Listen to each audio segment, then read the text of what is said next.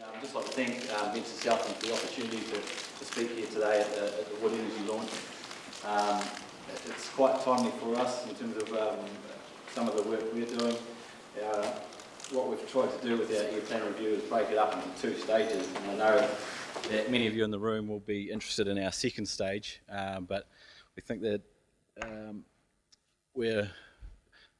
I guess where we are is that we need to be dealing with our key issue, which is around domestic heating, and I'll touch on that a wee bit earlier. But for us, our focus from the sort of the middle of next year will be around industrial commercial emissions, and that fits in really nicely with the timing of this Wood Energy launch. So once again, thank you for the opportunity. So overview of the presentation. What are there air quality issues in Southland? Some of you may not be aware of that. If so, what causes them? What are we doing at Environment Southland to address them? And where are we heading from here? So where's our future? What's our next direction? In 2004, the government introduced the National Environmental Standards for Air Quality. The Minister, through that, tried to guarantee a set level of protection for the health of all New Zealanders. And it's therefore up to regional councils and unitary authorities to ensure that those national standards are met, and that's our responsibility in terms of the Resource Management Act. So that's why we're leading the charge, as it were, in terms of trying to progress or improve air quality in Southland. What are the main impacts? The main impacts that we have in Southland is particulate matter less than 10 microns. So that's what we monitor. We've had assessments done on other things such as sulfur dioxide and other contaminants that are commonly discharged, but the initial assessments showing that they aren't an issue in Southland. So our focus has been around particulate matter. The result of particulate matter is that it becomes inhaled into your lungs, and as a health effect has a big impact on those with respiratory illnesses.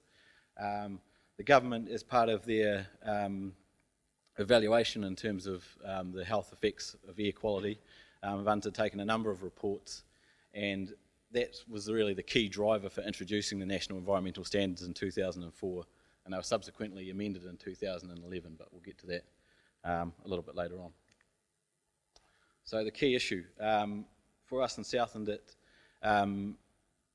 the technical analysis that we've had done shows that it's mainly as a result of domestic heating. So for us, that is key in Invercargill and Gore urban areas.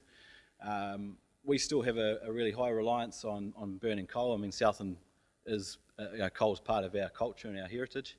In Gore, we have about 45% of people still use coal as a fuel for their domestic burning. A little bit less in Invercargill, but it's still pretty prominent in terms of, especially during those winter months, to get a bit of extra heat. That coincides with some other issues we have in Southland around the size of our residential dwellings. We have bigger dwellings. We also have an older housing stock, so they create more issues in terms of some of the work that EEC has been doing around insulation is really important. Insulating our older homes to help them retain their heat is a key issue. But in terms of the particulate matter, in Invercargill, 92% of that is generated by domestic heating. So that leaves only 8% for, this is human-caused particulate matter. So apart from that, you have traffic, industry, and other minor contributors to particulate matter through air quality, and such as outdoor burning is another one that can contribute in those areas.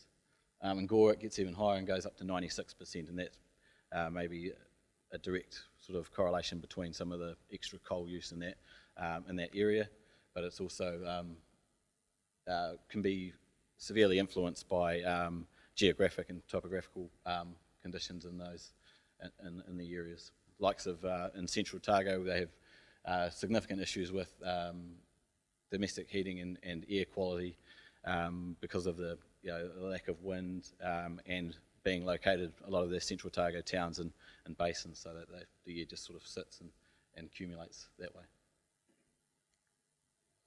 The result is air pollution, and this is Invercargill on a beautiful winter morning, apart from the fact that you can't really see it. It's hiding under some of our, this is what particulate matter looks like on a, when it builds up, so that's accumulation generally of the heating from the night before, so when people go home after work, firing up their solid fuel burners, and then once again in the morning when people are getting up, either from banking them overnight, you get the that's when you get a really high amount of pollution into the air. They just sort of simmer away and you get a lot of smoke, and then also in the morning when people are firing their wood burners, you get another injection of particulate matter into the air. So that's what causes that, and that's what it looks like. So when you're starting up your fire, when that first burst of smoke comes out, is that the worst part? Yeah.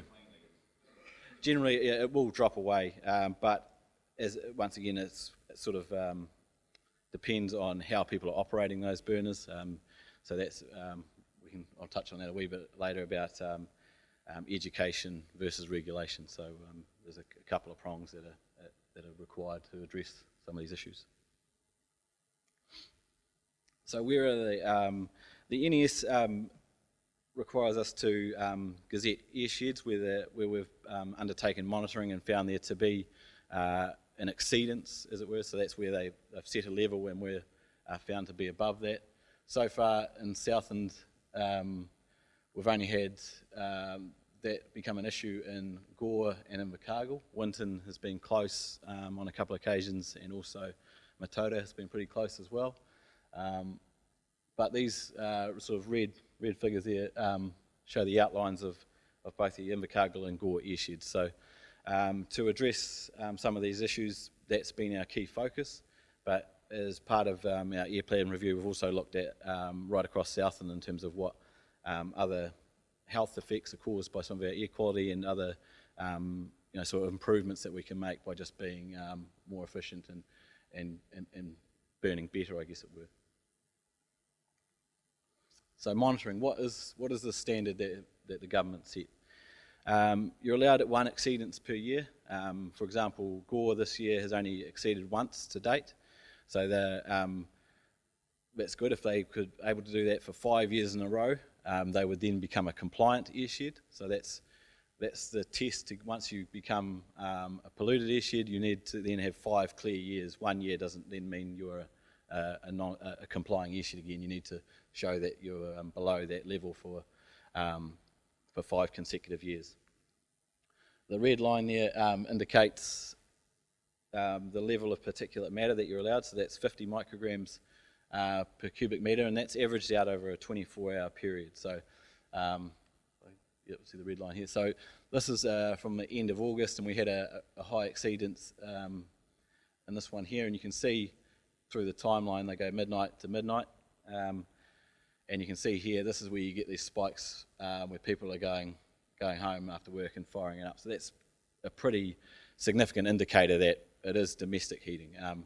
We have over the past 8 weeks with the notification of our air plan, we've had a lot of people querying about the source of air quality effects.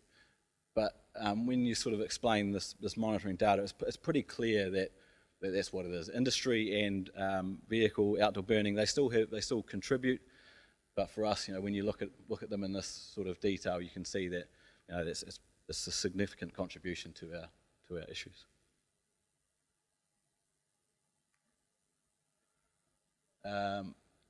This here shows our monitoring stations for Gore and Invercargill since 2008, when we started monitoring under the NES. Prior to that, we were doing some monitoring, and that's when we found that they were exceeding, and then we had the air sheds gazetted in 2008. So from there you can see Invercargill generally sort of sits between 13, and then 2010 was the year we had the really cold winter. We had a lot of frost, and we also had the big snowfall in September, and that was also the same effect in Gore. So you saw that really high year in both those areas. For Gore, for example, they're a lot closer to where the government has set the compliance targets, but they still range from generally between 2 and up to 11 in any 1 year. So there's still a bit of work to be done there. We are sort of seeing a bit of a reduction in Gore, but in terms of that being as a result of better burning and more compliant appliances, I would probably suggest that it's actually a result of pretty mild winters we've had, especially the last couple. Those Southlanders will be very aware that that's not often we have winters like we had the last couple of years, and we expect there to be another colder one coming. We might see a lot more mild winters through a bit of effects of maybe climate change and those sorts of things, but we're still expecting you will still get harsh winters every now and again, so that tends to be pretty cyclic. These little targets here are what the National Environmental Standards have defined as being compliant. So by the 1st of September 2016, Gore needs to be down to just 1 exceedant. So they're heading in the right direction, but it's still going to, when you look back at some of this data here, they still need to make significant changes into the way they burn and the appliances they use to do that, to make sure that they're compliant at that date. From an Invercargill perspective, being greater than 10 exceedances a year means that you have longer to get down to this mark, but we need to be down to 3 by 1st of September 2016 and then down to 1 by the 1st of September 2020. So that's a massive challenge for Invercargill and for a lot of South Island towns across, South Island towns that are struggling with air quality. Places like Christchurch have thrown millions of dollars at it and they have made significant gains. They've gone from 60 exceedances a year down to around about 20, I think, this year.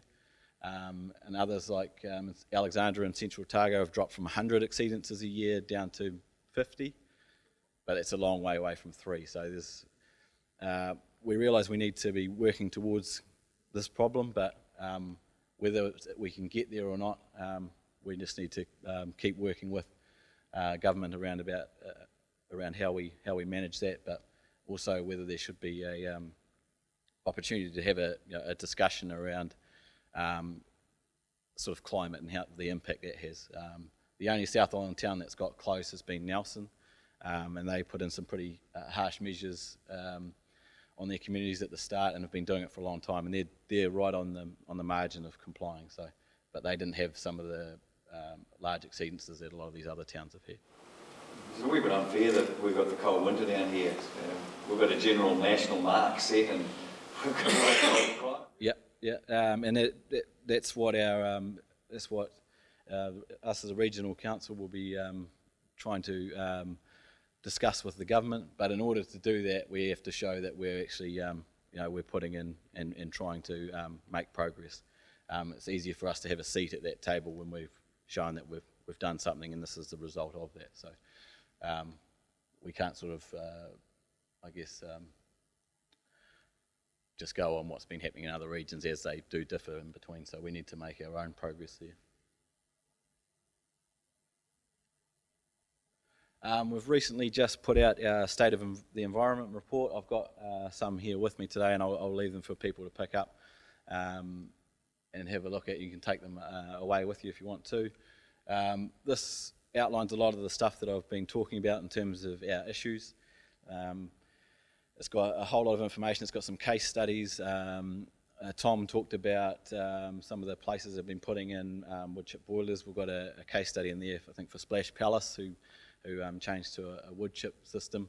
And we've got other success stories about some of the businesses and organisations. Aroa Synergies in there, who work with EECA in terms of the installation. So some of the successes that they've had with residents in terms of improving the warmth of their home through installation. So it's a good read. It's got plenty of pictures of real Southlanders in there, so yeah, worth picking up and having a bit of a look through.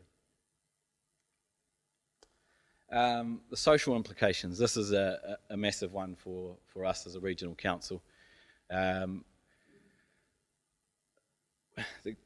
environment standards came out in 2004. They've been, and then in 2011 they were changed and the compliant target dates were set. This meant that councils had to therefore prioritise improving air quality. For us as a regional council, we have been assessing this for a number of years now and have struggled to, I guess, deal with how we're going to impose that on our communities. We just know that people don't have money lying around to make the changes that's necessary.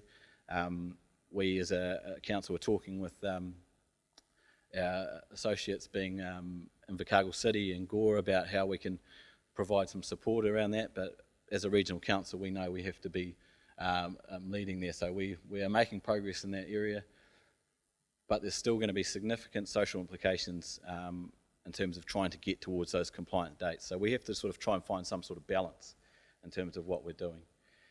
We've got the opportunity, I guess, of being one of the last regions to implement, is that we've seen where other regions have tried and failed, and we've tried to, I guess, cherry pick the best ways of getting near the target, but also something that might be more acceptable, I guess, to our communities in terms of actually getting buy-in. If we don't get buy-in around this issue, and we're getting plenty of feedback that that this is too tough what we're proposing, then we don't want to be fighting people all the way. We need people to be coming in and wanting to do the right thing, and then us being as a regional council being, I guess, pragmatic in terms of some of our compliance around these issues and working with people as opposed to trying to use too much stick. A bit more education around nuisance issues, and then putting in place systems that allow people to actually make the changes they need to. So what we don't want to do is replace one health effect for another. So this sort of outlines what happens if we change from poor air quality to cold homes. So cold homes are going to be worse than poor air quality. We don't want to inflict that on our communities. We don't want to see more people having health impacts. So we want to try and be, as I said, as pragmatic as we can through this approach. But that sort of just shows what position the regional council's in trying to implement some of these measures. The Balancing Act, I've talked about balance quite a bit. This is the majority of Southlanders on one side there saying that we want clean air and to stay warm. That, I think everybody really wants that to be the ultimate outcome. But on the other side we have significant constraints and obstacles around that. People can't afford to change. We have a lot of people on fixed income. We have a lower, I guess, average income than some other regions as well.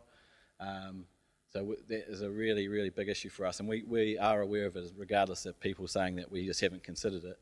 We're seeking people's submissions to help build our picture, but we do know the implications of what we are proposing, and we need to be supportive as we can in terms of helping people to move towards that, and also through this process, the planning processes, gives us the opportunity to amend based on submissions to something that's more acceptable to our community. So what we've proposed is not in concrete, subject to change, and submissions for that close on Monday. So we're getting close to a stage where we'll start getting a better picture and maybe looking at how we can amend this to make it more acceptable for people. What if there's a power cut? Auckland residents found out that was like sort of less than a month ago. That's something that we've been, I guess, focusing on right from the start. We don't want to move towards, I guess, a heat pump culture. We want, Southlanders love fires. I love my fire, and we wanted to have options for both. So some people will like the ease of going towards a heat pump where you don't have to deal with cutting wood, getting coal, etc.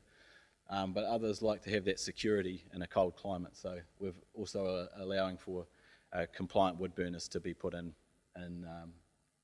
any home in Southland. So once again, and then we have these sort of, I like my fire and I don't want to be cold. So you have the opposite in terms of the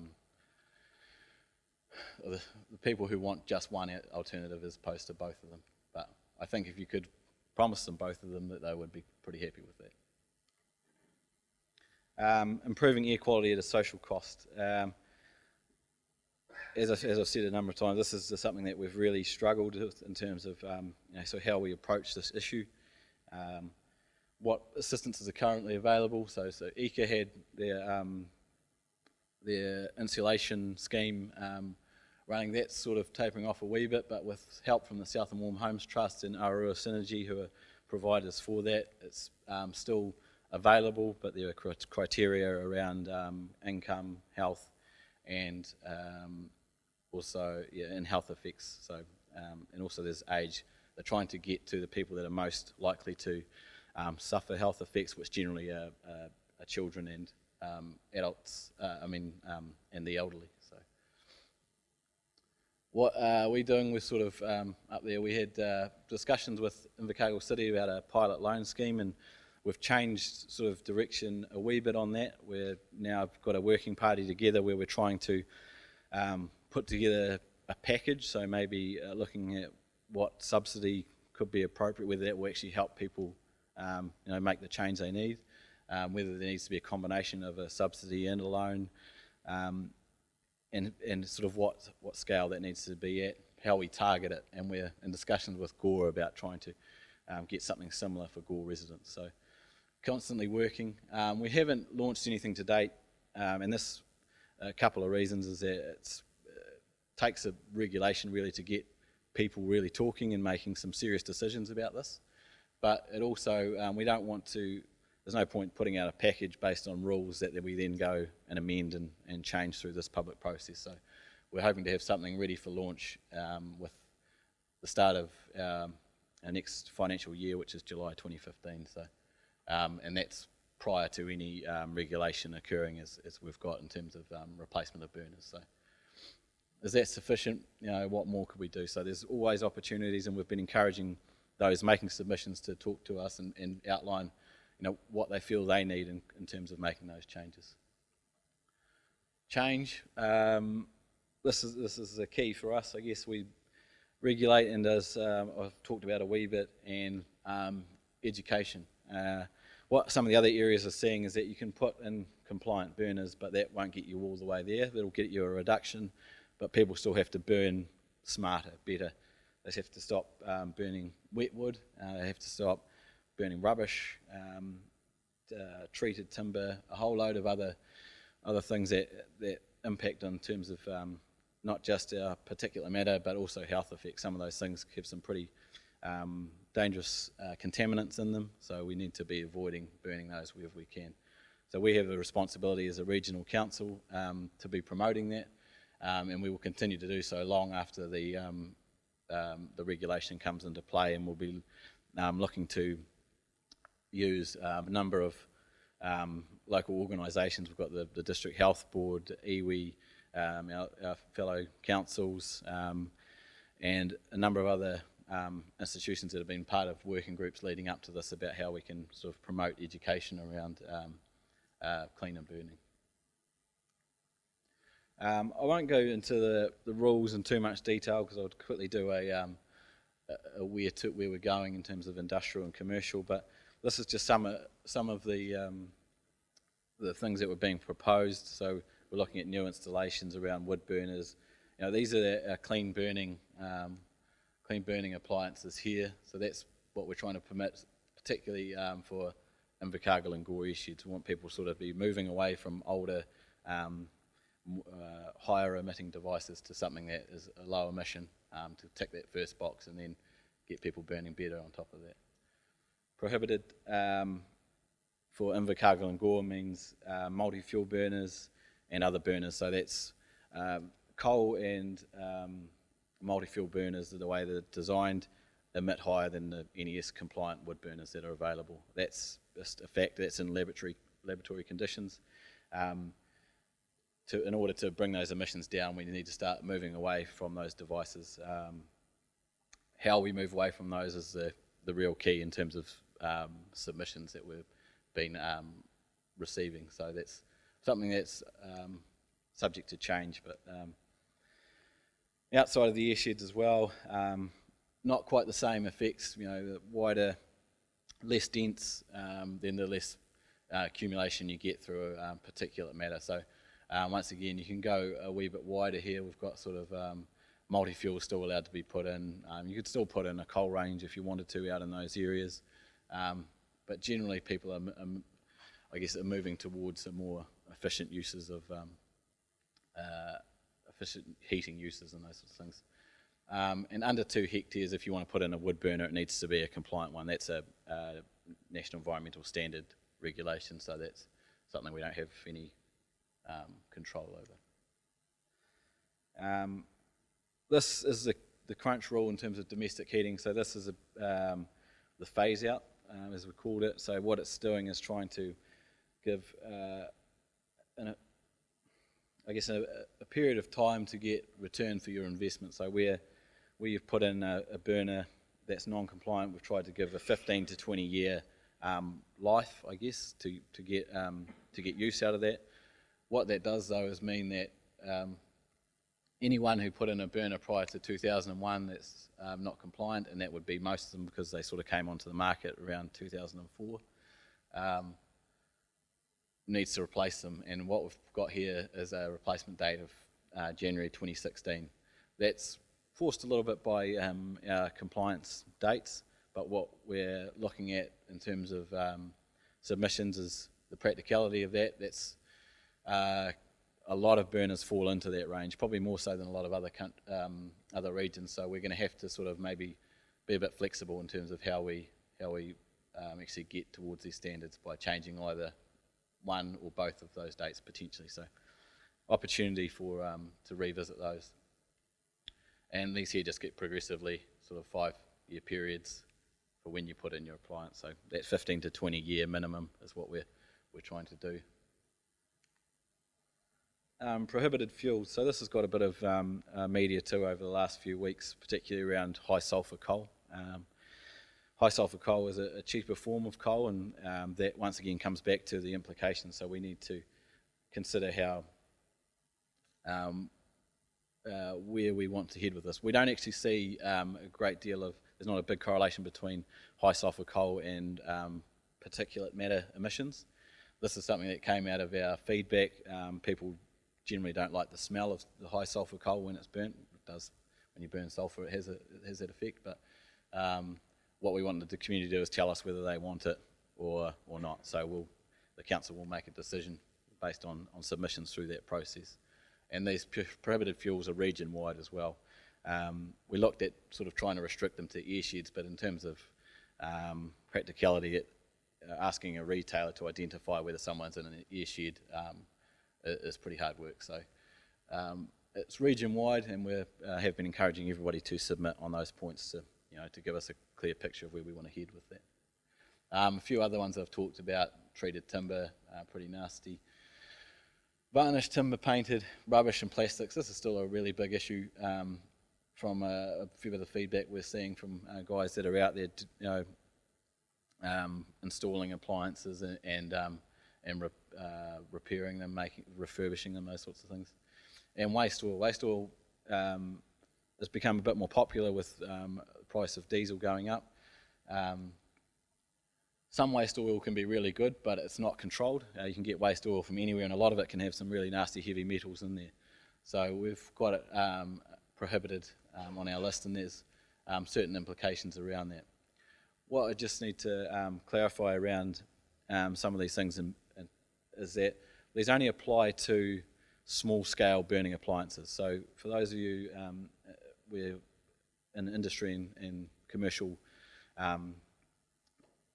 we're looking. It's got a 40 kilowatt limit on that. So if you've got a greater than 40 kilowatt burner, which a lot of these, what a lot of industrial and commercial places will have, then they won't apply to you. So it's trying to really capture that domestic market, because that's our focus, that's our key issue. So, and we're open to looking at exemptions through our process where there might be somebody inadvertently captured through that, because what we don't want to do is capture industry at this stage. We want to work with them through our second stage, which I'll touch on shortly.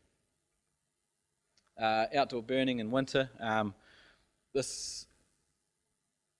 Basically what we currently have in Invercargill and Gore is over-allocated air sheds, meaning that we need to reduce every emission, so having outdoor burning within those air sheds during our winter months, even though it's a small contribution, it's still a contribution, so we're trying to get away from that.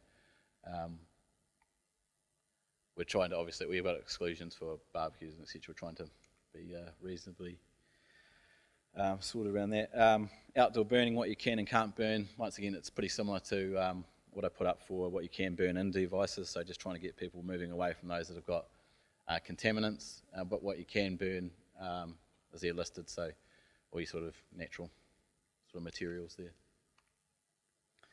It's also got rules about agrochemicals and fertilisers, so that's just some of the existing rules that we just wanted to tidy up and sort of fit into this category. So we've got just permitted activity criteria around there, trying to make it, enable it as much as we can, and where people are going outside of that, where we think there should be a consent granted, we've got a consent opportunity there, but where we normally wouldn't, we're trying to avoid sort of, I guess, over-regulating it, so we've got a prohibited activity status for some of those as well. So, stage 2. I had a request from Venture Southland a couple of weeks ago in terms of trying to identify what might be, I guess, looking into the crystal ball, what we might be looking at for these other areas. So this is basically everything that's not encompassed within our first stage of the plan.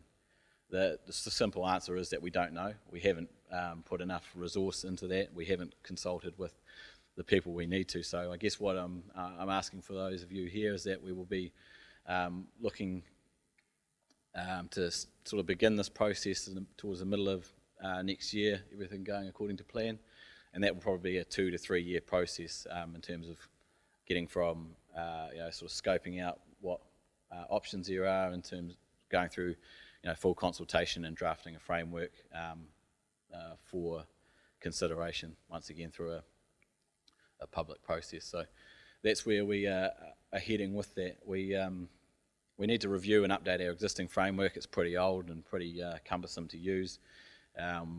Once again, we've got good examples from the region. We don't want to reinvent the wheel on this, but we do want it to fit Southland. So we want it to be something that, once again, that people is appropriate for our region. Just because they do it in Canterbury doesn't necessarily mean that works here. So that's really all I had in terms of this industrial and commercial stuff. But I'm around through morning tea, so if people want to catch up with me, and we can, I can get some details off you and add you to our list. Also, you can just give me a call any time over sort of the next 6 months. We're trying to start to capture a list of stakeholders that we want to involve in the process. We're trying to cast it pretty wide so we can, people can have an input prior to us sort of putting a framework together that helps us get it, sort of try and balance it once again to meet the needs of all. So thank you very much for your time. Hopefully this has been of some use, and I just, the timeliness of this going forward with stage 2 is really important for us, and so we appreciate your input and coming in as part of our next stage in terms of our regional air plan review. Thank you.